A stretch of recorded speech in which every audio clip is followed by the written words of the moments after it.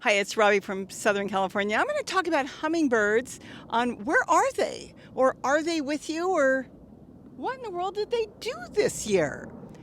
This year has been a very different year for hummingbirds. And I'm going to touch on Orioles as well.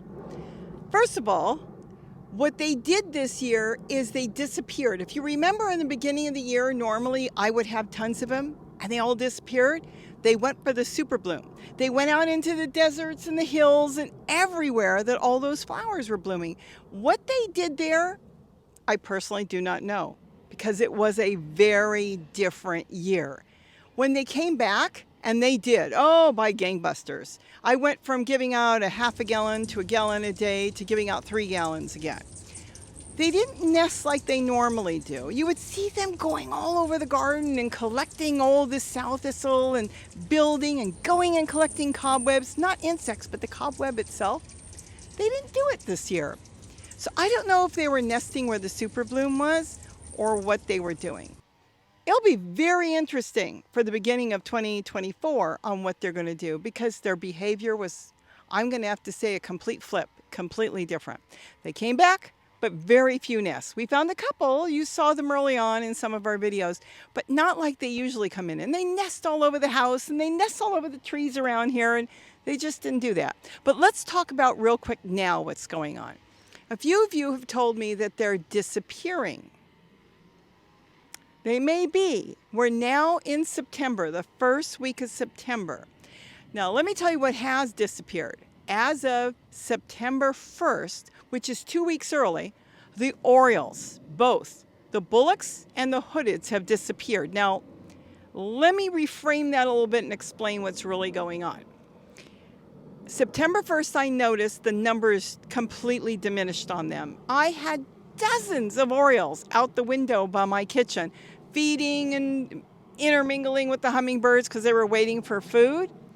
And it was both. It was mainly hoodeds, but a few of the bullocks had come back. They kind of disappear. They come, they stay for a while or early on, and then they disappear, and then they come back. Because when they come back, I've noticed they're migrating. They're starting to go south, probably to Mexico, but they come through here in different numbers. You know, it could be a few or a lot, feed, and then go on their merry way.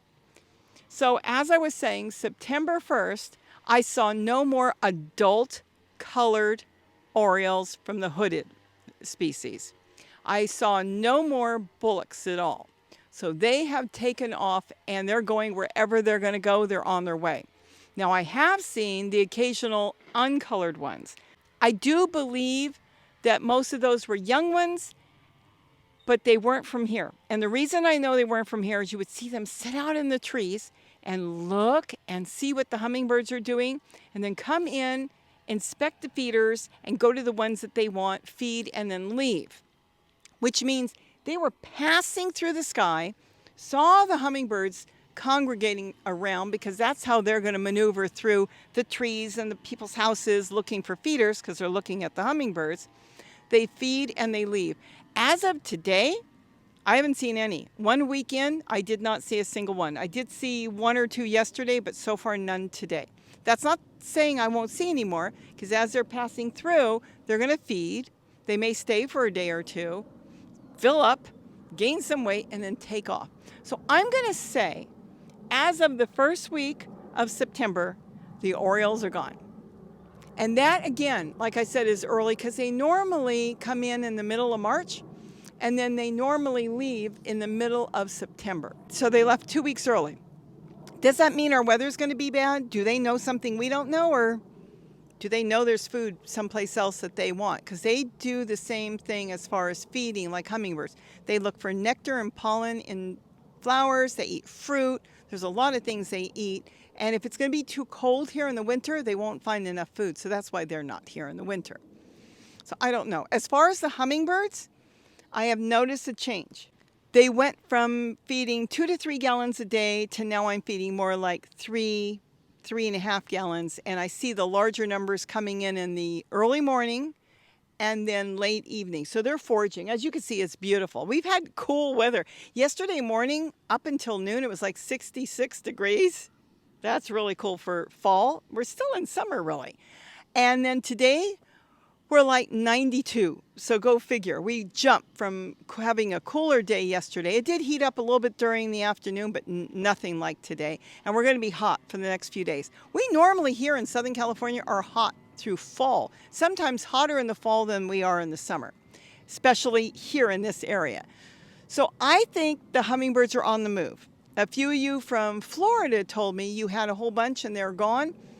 It will depend on your area. There's a couple reasons they could disappear. If they don't stay there throughout the year, then they may be starting the early migration like the Orioles are doing. And they're weeks early as far as leaving. If somebody else is putting out food and your feeders got empty, they may have gone there and they might be hanging out there because you have to be consistent. You can't let the feeders go empty. Now, I have tons of feeders out there. So if a few of them go empty, they just bounce around from one feeder to the other. If you've got one feeder and it gets empty, it's completely gone and they keep checking it, they can't stay there because if they don't get enough food in the day, they're gone the next day. In other words, that's the end of their life. So it's very important to them, food.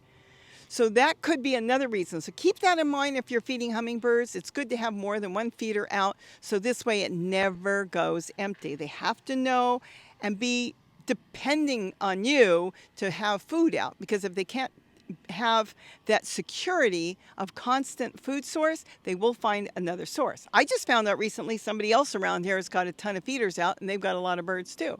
Because I had somebody come here, to service my TV and internet, and they said, oh, we just went somewhere down there and we saw a whole bunch of feeders with a bunch of birds. So if my feeders became empty, they could move over there if that person kept the food out all the time. So keep that in mind. So are they moving and are they on the move? I'm going to see if the Orioles are on the move. I'm going to think that some of the hummingbirds are on the move. So you may start to see the numbers go down. As far as are they going to come back? They may not come back until spring. They'll come back when you notice in your area when the normal time is. If we don't have a super bloom, like what we had this year with all that rain that created all the flowers all over different places through California, Arizona, all these places had all these flowers. If we don't have that, then they'll come here.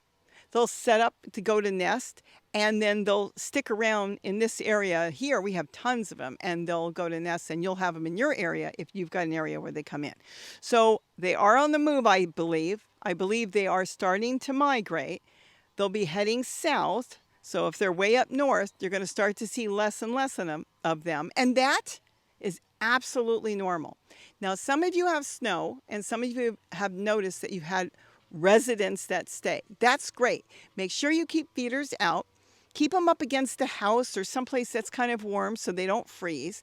And this way, as long as they have food, water that they can drink, and they still bathe because they hunt around and they get dirty and they're so little, they can't afford to be dirty at all. So make sure they have the water to drink and bathe. And in shelter, they can go into the trees. Any place that's sheltered, sometimes even in the eaves of the house, any place that they can perch. And you know how they sit on the edge of a leaf. They don't need a lot to perch. So I hope I've answered some questions that you have asked about, are they on the move? I do believe they're on the move, and I am noticing them coming in more and more. And wait, boy, till the end of September, there's times I can't even keep the feeders full. I fill them, and as soon as I fill them, I have to go back and put them out again. That happened the other day here, too. I filled them all, went and did something in the yard, came right back in about a half hour, all the feeders were empty. So a lot of them had come through here. And some of them that will stay here will continue to feed, and some of them will just feed heavily and then go on their way down south. So with that, feed the hummingbirds, keep multiple feeders out if you can.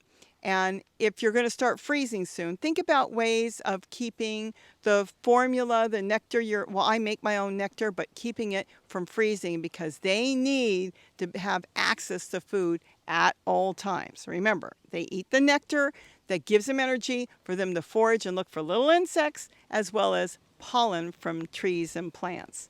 So with that, have a wonderful day. Don't forget to eat what you grow, and don't forget, to make your own nectar is the easiest thing. 1/4 cup of white granulated sugar, that's like table sugar, and 1 cup of water. Do not add in molasses, honey, or anything. I know some of you have said, oh, I'm giving them maple syrup. They love it. All I can say is, according to the Hummingbird Society and all the research they've done, that may not be good. If you think that maybe, well, you know what? That's a big topic on its own. So let's just say for now, don't give maple syrup. Don't give any fruit juice. They can't metabolize it. What they need in their body is sucrose. And that's the only thing you want to give them, which is white table sugar, because it's been broken down into the chemical sucrose. And that is exactly what they get out of flowers. With that, have a wonderful day. And don't forget to eat what you grow. Bye-bye.